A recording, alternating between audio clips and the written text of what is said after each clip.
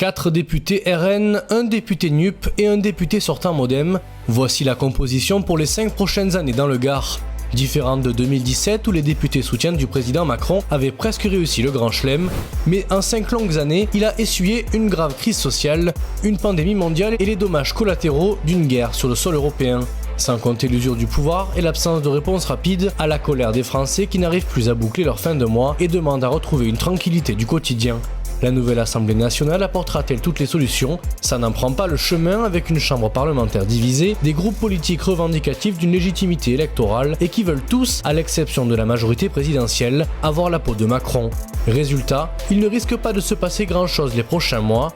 Après les législatives, quelle perspective ? On en parle ce soir dans Bonsoir le Gard. Et on va démarrer avec Annie Chapelier qui faisait partie de la majorité présidentielle un certain temps, puisqu'on sait que vous avez pris vos distances ensuite. Et puis ce qui nous intéresse, c'est de par votre expérience, quel est votre regard sur ce qui s'est passé lors de ces législatives ? La première chose à dire, c'est que ce n'est pas surprenant. C'est quelque chose qui était prévu. Alors je fais beaucoup l'analogie avec le changement climatique. On a des scientifiques du GIEC et d'autres organismes qui nous alertent que le changement climatique est là. Et lorsqu'au mi-juin, on se retrouve avec des températures hors normes, tout le monde dit « Oh mon Dieu, le changement climatique est là !» Ça fait des années que l'on explique, que l'on constate que les Français se désengagent en démocratie. Et ça ne signifie pas qu'ils s'engagent dans la voie du nationalisme. Ça signifie tout simplement qu'ils s'éloignent de la République et du fonctionnement républicain. J'ai lu avec beaucoup d'attention votre mot de ce matin que vous m'aviez évoqué, Abdel. Je ne suis pas d'accord sur la... C'est fait pour ça, votre édito. C'est fait pour ça. Sur votre édito, parce que vous oubliez pour moi l'essentiel qui est l'abstention. L'abstention qui, alors on chipote en disant qu'il y en a 3 de plus qu'en 2017 ou 2 de plus moins, etc., que c'est kiff-kiff. En réalité, lorsque moins de la moitié des Français se déplacent pour une élection majeure comme celle des législatives, ça veut dire que la démocratie est malade. Vous écoutez n'importe quel éditorial de n'importe quelle grande chaîne d'infos, tout le monde, désormais, n'a que ce mot à la bouche. La démocratie est malade, elle est fatiguée, les gens sont désengagés. La République se meurt sur elle-même. C'est un colosse au pied d'argile qui est en train de s'écrouler. Ce qu'expliquait Amal Couvreur au début de l'émission. Mani, elle ne disait pas tout à fait cela, Amal Couvreur, puisqu'elle parlait de responsabilité collective. Et là, moi, je ne suis pas d'accord. Alors, elle a parlé des deux choses. De la responsabilité collective qu'aujourd'hui, les gens n'aillent plus voter. Voilà précisément ce qu'elle disait. On a voté des législatives, alors qu'on légifère dessus. On a qu'à rendre... je sais pas, le vote obligatoire et au moins en discuter. Jamais on en parle de ça. Jamais, qui ça Denis Boyd, il a proposé hier le vote obligatoire oui, c'est vrai, en semaine. Oui, j'étais en face. Oui. Denis Boyd propose beaucoup de choses quand ça l'arrange. Non, mais en semaine. Non, mais je veux dire en semaine. C'est un amour profond pour Denis Boyd, Madame Chapelier. Non, mais j'entendais parler aussi, ça a été d'ailleurs un des enjeux de la campagne électorale pour ceux qui l'ont faite, parce qu'on ne peut pas dire que quand même il y a eu beaucoup de présence sur la désertification médicale. Moi, ça m'est resté en travers de la gorge. Les propositions que j'ai faites extrêmement concrètes à Denis Boyd lorsqu'il était président du département, que j'ai réitérées auprès de Françoise Laurent Périgot, et qui est non seulement, c'est même pas qu'elles sont restées à lettre morte, c'est que ça ne les intéressait pas. Olivier Jalaguier. Vous entendez aussi Annie Chapelier qui a un discours aussi de sincérité aussi. Elle exprime aussi ce qu'elle a vécu. On a l'impression que depuis hier soir, il y a eu un cataclysme, il y a un mal profond. Où est le mal profond ? Il y a de l'abstention, ok, mais à toutes les élections, il y a de l'abstention, ça fait 20 ans que ça dure, voire plus. C'est pas normal. Non, mais ça fait 20 ans que ça dure, voire plus. C'est pas normal, ce qui est pas normal. J'entends Madame Amal Couvreur tout à l'heure qui se plaint de l'abstention, et qui dit, qui prend la responsabilité collective, on est tous responsables. Très bien, on est tous responsables. Mais quand on est élu, on est plus responsable que les autres. Quand on est élu, est-ce que disait Richard Flanet tout à l'heure, il a totalement raison. Plutôt que de rendre le vote obligatoire, penchons-nous d'abord sur la représentativité dans les bureaux de vote. Obligeons les partis qui veulent être rémunérés avec les impôts français, avec le budget français. Ils sont payés pour ça, ils doivent représenter dans les bureaux. C'est pas normal que ce soit toujours les mêmes qui représentent dans les bureaux de vote. Ça commence aussi par là. La citoyenneté et l'exemplarité des élus. Voilà, ça c'est la première chose. Après, quel est le mal ? Les Français en tout cas, une moitié de Français est allé aux urnes, a fait son choix Et aujourd'hui, on a une Assemblée nationale qui va jouer vraiment son rôle. Parce qu'il n'y aura pas un parti majoritaire qui va imposer et qui sera une chambre d'enregistrement. Est-ce que ça ne va pas bloquer l'Assemblée nationale, Olivier ? L'Assemblée nationale... Vous le voyez bien, comment on va faire ? L'Assemblée nationale redevient à l'origine de ce qu'elle était, un lieu où on discute. Oui, c'est le retour de la 4ème République. Hein. Peu importe, elle a été faite comme ça. Alors, il faut tout supprimer. Mais c'était pas un régime présidentiel. C'est créé comme ça. C'est pas Emmanuel Macron qui va réinventer demain ce qu'on a été depuis des décennies. On peut le faire évoluer, en tout cas. On peut le faire évoluer. On peut le faire évoluer, certes. Mais aujourd'hui... Annie Chapelier, vous n'êtes pas d'accord ? On dirait qu'il y a un mal. Alors, s'il y a un mal, exprimons lequel ? Le mal, c'est quoi ? Qu'il y a des élus Front National qui sont rentrés dans l'Assemblée nationale. C'est ça, le mal ? Appelons un chat un chat. Ou est-ce que c'est l'extrême droite et l'extrême gauche ? Mais disons les choses. Je ne suis pas d'accord sur votre analyse de fond, mais sur la normalité, je voudrais y revenir après. Le problème de fond est que on s'habitue à tout, même au plus terrible, et en l'occurrence, dire que depuis 20 ans, il y a de l'abstention et que c'est devenu la normalité, c'est quelque chose qui montre que justement, on s'habitue à des choses auxquelles on ne devrait jamais s'habituer. La démocratie, c'est quelque chose qui se défend en permanence. Philippe Berta l'a donné comme exemple tout à l'heure avec la guerre en Ukraine. C'est quelque chose pour lequel il faut lutter en permanence. Ce n'est jamais acquis. Merci. Et pour cela, nous avons une constitution qui date de 1958, qui était peut-être parfaitement adaptée à l'époque, mais elle est devenue obsolète, elle est caduque. Si nous n'avons pas une réforme institutionnelle en profondeur, mais quand je dis en profondeur, c'est-à-dire à tous les niveaux, au niveau des collectivités, au niveau de la représentativité des élus, au niveau effectivement de l'exemplarité des élus, qui est bien mise à mal. Et dans le département du Gard, Annie, on pourrait en dire des tonnes. Annie, là, si les auditeurs nous écoutent, on va les endormir, parce que franchement, c'est intéressant ce que tu dis. Mais là, on n'est pas dans ça. C'est-à-dire que ce que je veux te dire, c'est que, comme dit M. Jalaguier, est-ce que, tout simplement, est-ce que le Rassemblement national est républicain ou pas ? Est-ce que s'il est républicain, on ne doit pas en faire tout un truc ? C'est-à-dire qu'ils se sont présentés, s'ils ont été élus, ça veut dire qu'ils ont leur droit. Et à ce moment-là, c'est vrai que je suis un peu d'accord avec ça. Il faut le respecter. On ne peut pas chaque fois, à chaque élection, dire attention au Rassemblement national, de peur que ça, on ne peut pas se permettre de le dire. Pourquoi ? Parce que à ta place, Vincent Bouget est venu dire, vous avez les images, il est venu dire, ce soir, le gaullisme est mort. C'est quand même fort de café dans la bouche de Vincent Bouget, que j'entends Hugo Carlos qui vient du haut de ses 25 ans ou 23 ans nous faire des leçons de gaullisme à nous, gaullistes. Monsieur Jalaguer, c'est pas l'âge qui fait la qualité de l'homme. C'est pas l'âge.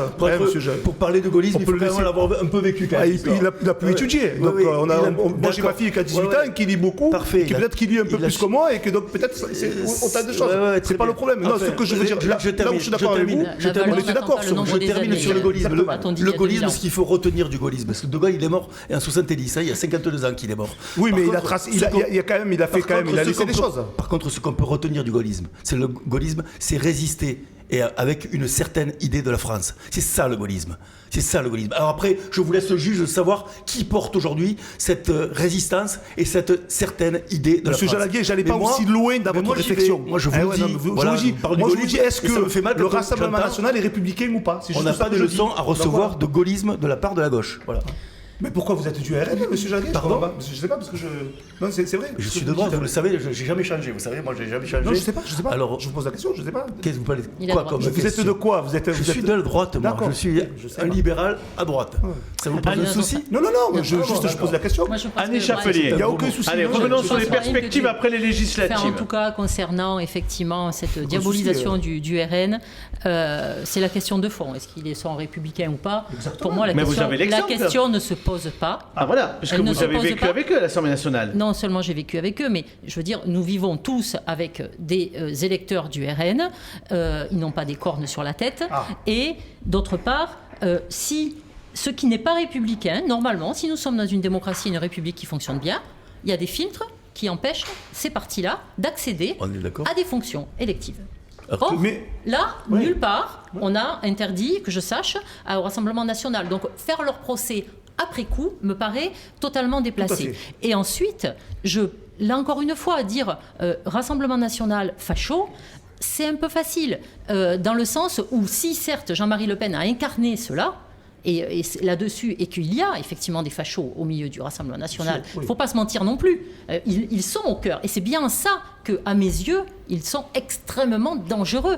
C'est qu'en gros, le ver est dans le fruit et qu'il ne demande qu'à se disséminer. Mais le fruit en lui-même, il est pris dans la population auprès de gens qui n'en peuvent plus de certaines choses. Alors c'est très différent selon les individus. On va dire le pouvoir d'achat, on va dire pour d'autres la sécurité, on va dire pour d'autres tout simplement que les lois ne soient pas appliquées. Et ça suffit à certains de se tourner vers la dernière chose qu'on n'a pas encore tenté, à savoir le Rassemblement national. Donc moi je le répète en permanence. Moi je dirais pas à tenter le rassemblement, c'est pas ça. Mais certains Moi, tentent par le contre, Rassemblement national. certains électeurs le disent. Je reviens juste sur ce Oui. point sur l'abstention. Oui. Quand il y a plus Abstention. qu'une petite partie de la population Comme qui dit M. vote, Jalagué, ça fait 20 ans on que c'est comme ça. séquestre le vote. Et en fait, on est représentatif de rien. Non, mais Alors, Allez, Olivier. Madame Chapelier, j'entends ce que vous Et dites. après, Brahim, je vous redonne la parole. J'entends ce que vous dites sur l'aspect républicain du RN. Très bien. Je note quand même que la première ministre, Madame Borne, que j'appelle Borgne moi, parce qu'elle ne voit que d'un côté, Madame Borgne, quand elle a fait une déclaration entre les deux tours des c'est législatives, des mots difficiles, M. Jalagué. quand elle dit entre les deux tours des législatives, pas une voix doit aller au RN, c'est quand même un peu surprenant de la part d'un Premier ministre. Alors après, j'entends toute la gauche avec les éléments de langage, parce que tu disais, là c'est une réflexion à froid. Effectivement, hier c'était une réflexion à chaud. Eh oui. Et à chaud, on ne sait pas ce qui se dit ailleurs. Depuis hier soir, j'écoute et j'entends ce qui s'exprime au niveau local et national. Et on se rend compte que l'extrême gauche, leur en déplaise, la NUP, utilise les mêmes éléments de langage partout. Ils se sont fait humilier entre les deux tours. Le gouvernement a tout fait pour que ce soit leur défaite. Ouais, c'est incroyable. Il y a des éléments de langage qui sont véhiculés partout, alors que la seule agression, en tout cas humiliation, je ne sais pas, mais la seule agression qu'on a connue, c'est l'ancien ministre de l'Éducation nationale qui, lui, pour le coup, a été agressé. Ouais. Agressé et Je voudrais quand même qu'on finisse sur un Il a dernier été mot, parce qu'on a médiatisé, focalisé mais un peu la discussion, en tout cas sur la dernière partie de ce débat, sur le Rassemblement national. Moi, ce qui m'intéresse, c'est qu'est-ce qui va se passer à l'Assemblée nationale maintenant, puisqu'il n'y a pas de majorité pour Emmanuel Macron. Mais- Et que tous les autres groupes ont à peu près entre 50 et 80 députés. Moi, je vais Alors, faire- on fait comment pour gouverner ? Je vous ferai une réponse qui ne va pas vous convenir, Abdel, parce que ce n'est pas celle que tout le monde va dire. Alors évidemment, Si c'est il pas va une y avoir- réponse normande, vous pouvez y aller. c'est pas normand, mais il va y avoir le chaos, il va y avoir énormément de bruit, Bah non. il va y avoir des invectives, il va y avoir peut-être une immobilisation du fonctionnement parlementaire. Mais le Parlement en lui-même, et vous le savez, enfin moi je l'ai écrit dans un livre, C'est pour ça que vous êtes là ce soir. et j'ai essayé d'expliquer en quoi ce fonctionnement était illusoire. C'est-à-dire que même si tout le monde va s'agiter, etc., ça ne va pas changer grand-chose au bout du compte. C'est ça qui est assez délirant. C'est que la plupart des choses importantes restent quand même de l'ordre réglementaire. On n'a pas besoin du législatif. On n'en a pas besoin dans la Quand plupart même, des cas. pour la retraite, pour la loi sur le pouvoir d'achat, il y a quand même des mesures qui sont prises La et qui loi ont sur un le pouvoir impact sur la d'achat, vie c'est des un Français. cache-misère momentané. Ce n'est pas une loi qui structure une société. Le Parlement, il est là pour amener des lois qui structurent la société. Et la Des grandes confiance lois. Et Des la grandes confiance, lois. Annie La loi Chapelier. sur les retraites, c'est une grande loi. La loi sur le pouvoir d'achat, ce n'est pas Et vous une ne grande pensez loi. pas que les députés, ils peuvent quand même se mettre autour de la table et trouver, être constructifs? Enfin, vous y croyez pas? Parce que c'est vrai que dans le Parlement Talk, ce que vous disiez, vous, c'était que c'était une Assemblée nationale, c'était godillot à partir du moment où Macron, il avait toute la majorité, ou quel que soit le président d'ailleurs, il y avait une large majorité, tout passait, et puis les députés réfléchissaient plus. C'était Là- plus là, c'est facile. l'inverse, Ça du va coup. être plus difficile pour faire passer des textes qui, effectivement, ont besoin de ce support législatif, parce que certains en ont besoin. Mais ce ne sera pas quand même contraignant en totalité. C'est là où on va encore une fois détourner l'attention. Ce sera l'arbre qui cachera la forêt. Sur tout le monde qui va s'agiter au milieu de cette assemblée en disant voilà, on n'arrive à rien faire. Mais pendant ce temps, que ce soit l'Europe, que ce soit les administrations centrales, que ce soit même, j'allais dire, les lobbies qui impliquent les lois auprès des cabinets ministériels, ils vont continuer leur bonhomme de chemin. Et la confiance au gouvernement ? Et la confiance au gouvernement, ça, Comment par ça va contre, se passer ça va Parce pas que c'est bien dans se 10 passer. jours. Moi, je ne vois pas très bien comment ils vont réussir à l'obtenir. Mais écoutez, même dans le désert, on en vient à espérer les mirages. Brahim. Je pense quand même qu'on doute un petit peu aussi des capacités d'Emmanuel Macron à pouvoir rassembler. Il l'a fait pendant 5 ans, même s'il aura plus de difficultés à le faire cette fois-ci, je pense qu'il peut aller récupérer quelques députés du côté de la droite et un peu même du côté d'hiver gauche. Et je me pose la question, oui, monsieur Jalaguer, regardez ce qui se passe, ce qui s'est passé d'entrée cet après-midi. Donc Mélenchon a essayé de faire un rassemblement avec l'ensemble de la NUP. Et finalement, les communistes ont tranché, ont dit que pas question de... Bon, ça a été signé, d'après ce que j'ai compris, ça avait été signé en amont. Non, c'était pas prévu. Hein. Chacun devait garder son groupe. Et Mélenchon voulait faire un gros groupe pour être la première force d'opposition. On s'est bien rendu compte, lorsqu'on regarde en fait l'Assemblée, on se rend compte quand même qu'il y a des divers gauches et qu'il y a une droite. Moi, je pense que Macron, on doute un peu de ses capacités. On l'entend pas trop là, mais à mon avis, avec leur équipe, ils doivent bosser un petit peu pour essayer de trouver quand même Je pense qu'on doute de ses capacités à essayer de rassembler. Et peut-être il le fera. Après, on verra. Est-ce que, Olivier, pour terminer sur ce débat, vous pensez vous donner autant de crédit à Emmanuel Macron pour réussir à avoir une majorité à l'Assemblée nationale, même si c'est une majorité plurielle? Je lui souhaite bien du courage. C'est un homme qui aime les défis, donc en voilà un gros. Oui. Je lui souhaite bien du plaisir. Je préfère qu'il soit à cette place-là que moi. Non, ce que je voulais dire, c'est que le rassemblement de la gauche, puisque c'est comme ça qu'on appelle la NUP, moi, l'extrême gauche, mais ça, c'est votre lubie. Ouais, mais c'est comme avec Julien Devez et la proportionnelle.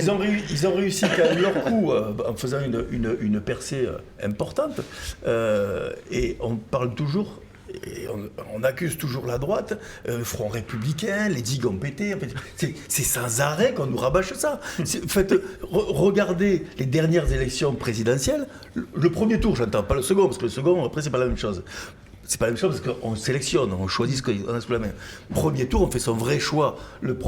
Quand vous rassemblez toutes les droites et toutes les gauches, qu'est-ce qui se passe? Exactement le même résultat qu'aux législatives, c'est-à-dire que la droite est largement devant, que la gauche est derrière et que le parti présidentiel est troisième. Voilà. C'est ce qui se passe. Et c'est la réalité des chiffres.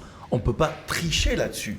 Après, on peut dire, oh là là, oui, mais vous additionnez des choses qui ne sont pas additionnables, vous vous rendez compte? Au premier tour de la présidentielle, c'est le parti présidentiel qui était en tête, la présidentielle. Pardon. Au premier tour, non. En avril dernier, au premier tour, si. C'est le parti d'Emmanuel Macron qui est arrivé en tête. J'entends, tu n'as pas entendu ma réflexion. Si on additionne les partis de gauche, si on additionne les partis de droite, si effectivement, parce qu'ils étaient éclatés, mais effectivement. Le parti présidentiel. Voilà. Mais quand vous dites la droite, c'est toute la droite, du coup, avec le Rassemblement national et Reconquête.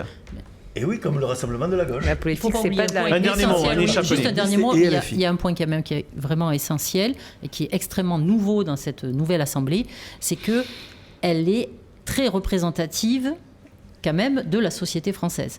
Dans le sens où arrivent des personnes qui n'ont pas, absolument pas, encore moins qu'avec nous, la vague macroniste, une formation politique, et qui viennent, comme par exemple, on donne beaucoup l'exemple de Rachel Keke, mais elle n'est pas la seule, des personnes qui ont extrêmement peu de diplômes, alors qu'on était quand même dans des classes socio-professionnelles plus jusqu'à présent, et on a déplacé le curseur pour arriver vers quelque chose qui est plus représentatif, de la même façon.